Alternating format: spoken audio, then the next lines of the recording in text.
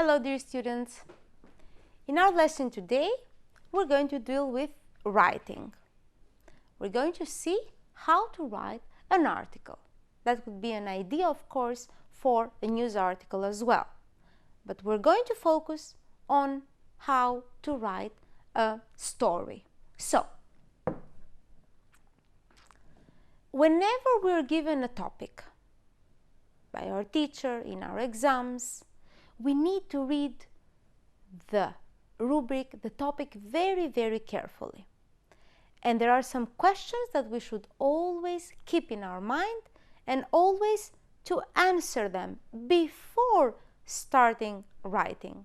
So, we are given, for example,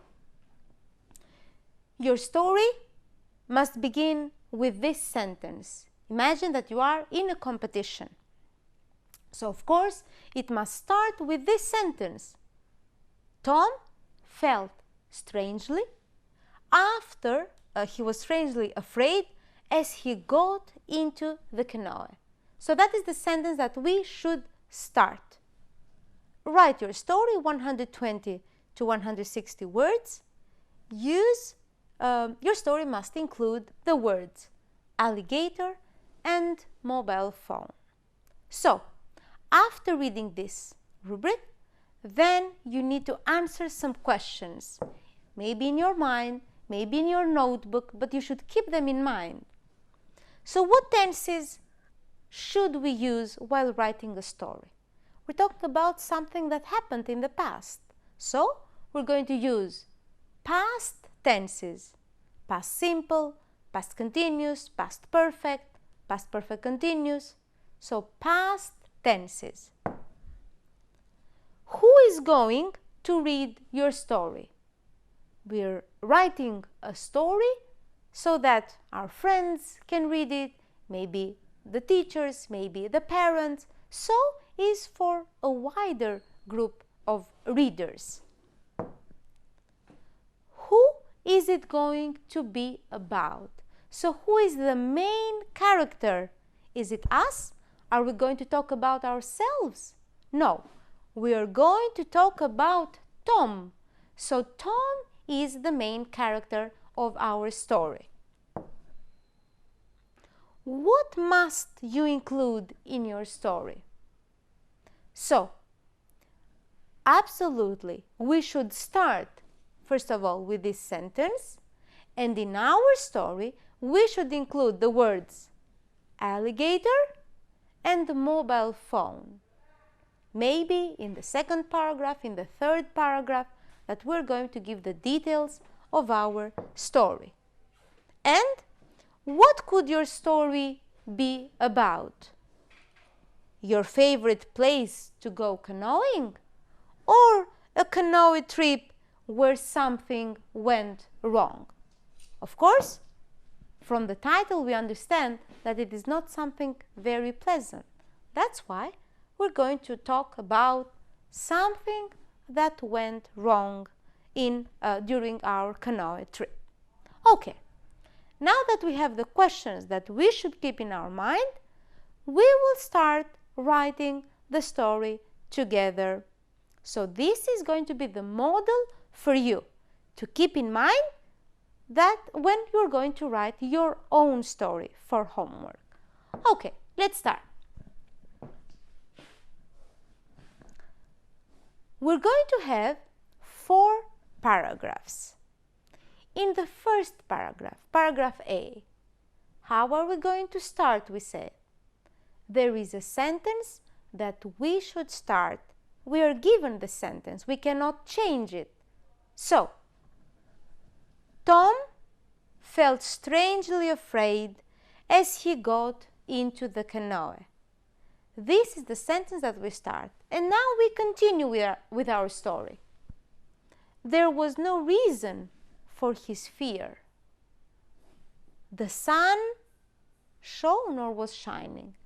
We have already learned that when we give background information, we give the information of the weather, of the place, we describe. So, the sun was shining, past continuous, and the cool wind was blowing as he set off on an amazing canoeing trip in the Florida Everglades with his friend Matthew.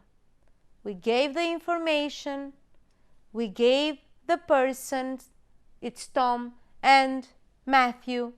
We have the place, we have the weather information. So, we are giving the setting in the first paragraph. Let's continue with the second paragraph. We finished with the first. The first part of the trip was fun and relaxing. But suddenly, the water, what? Suddenly. So we need a past tense. The water started flowing unbelievably fast. Started going very fast, the water. Suddenly, to their horror, the canoe capsized. So it went upside down, it capsized. And they fell in the river. What did they do? Suddenly, they grabbed the canoe while the rushing water swept them along faster and faster. So they got the canoe while the water was going very quickly. It was rushing. So in the second paragraph, we start giving the information of the story, the details of the story. And what do we use? The first part. Then we continue suddenly. So we don't forget to use linking words. So to connect the first, suddenly, then, these words show us the sequence, how the story goes.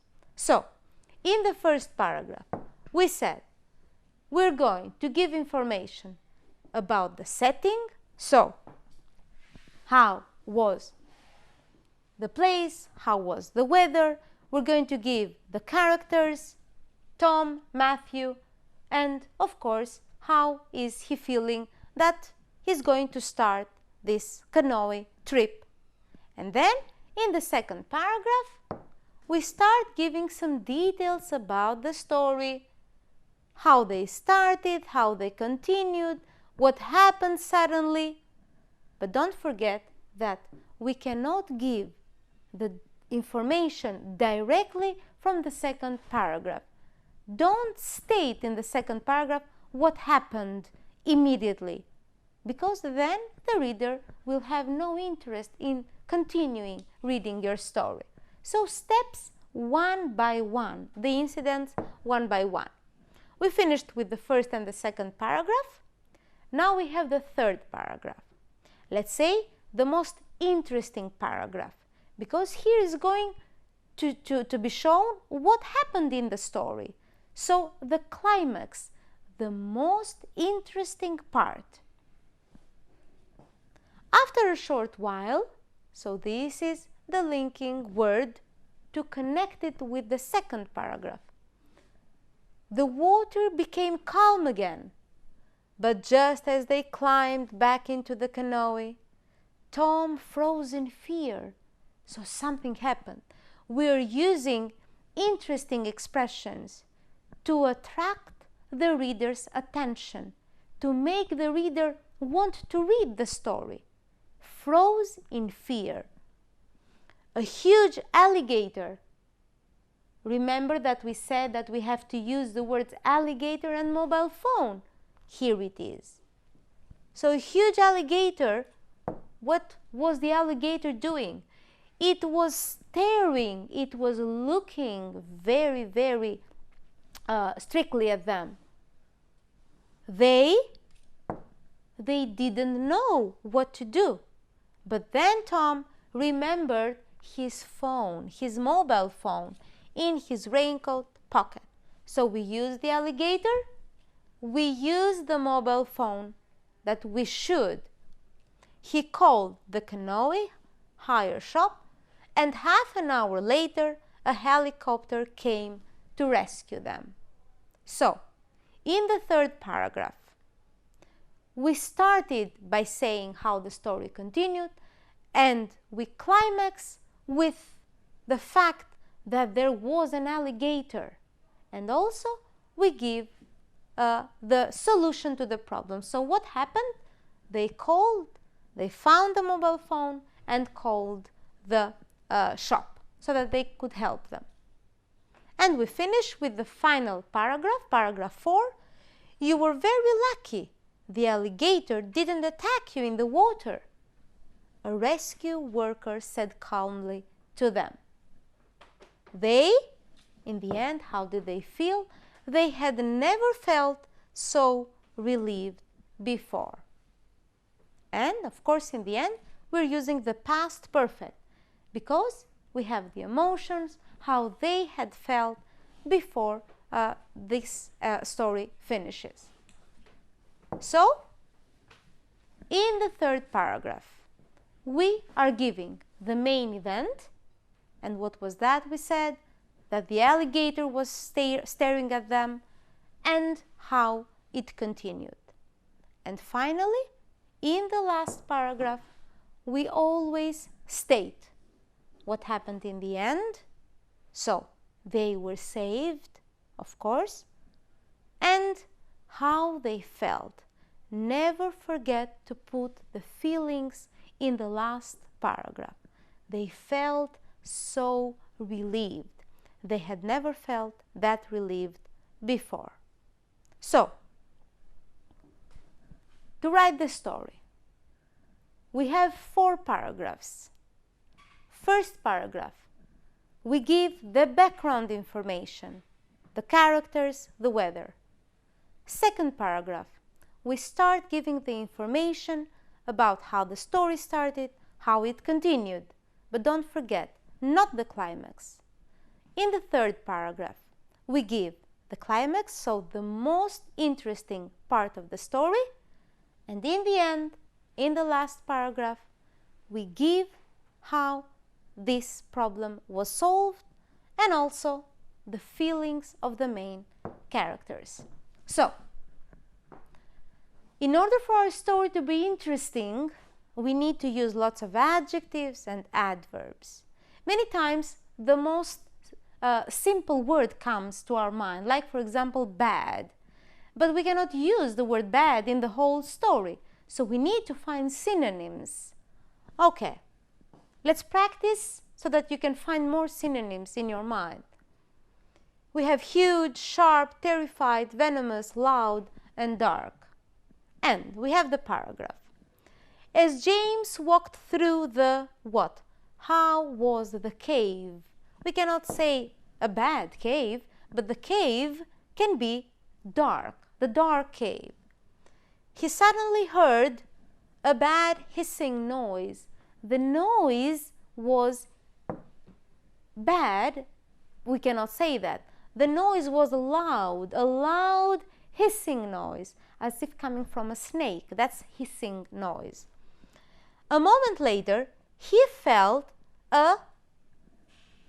what kind of pain? We cannot say bad again. So the pain was sharp. The pain was really intense.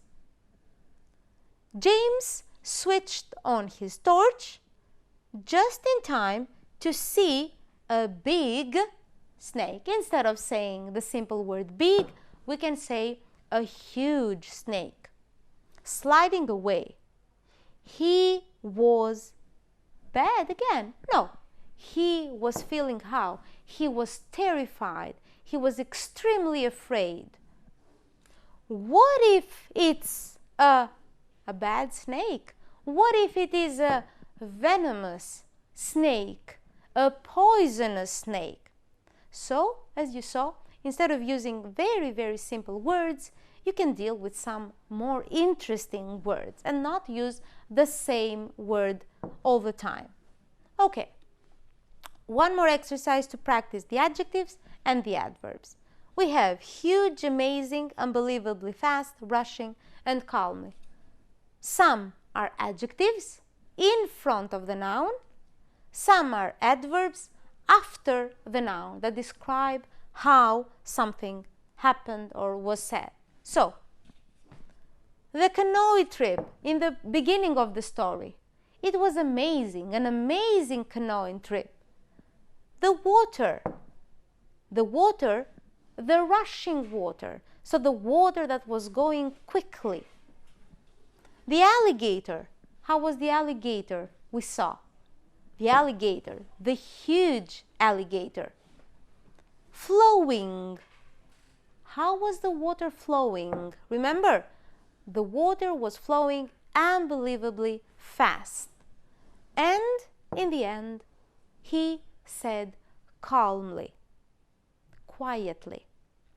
It could be easy for you to use just the noun, but when you put adjectives in front or adverbs, the story becomes much more interesting for the reader. So don't forget to use many adverbs and many adjectives in your story. And now we know the structure of the story. You have the model of how to write the story. I would like you to do the same as homework. So, the topic that you are given. You have decided to enter the competition. Your story must begin with the sentence. Don't forget, you should start with this sentence.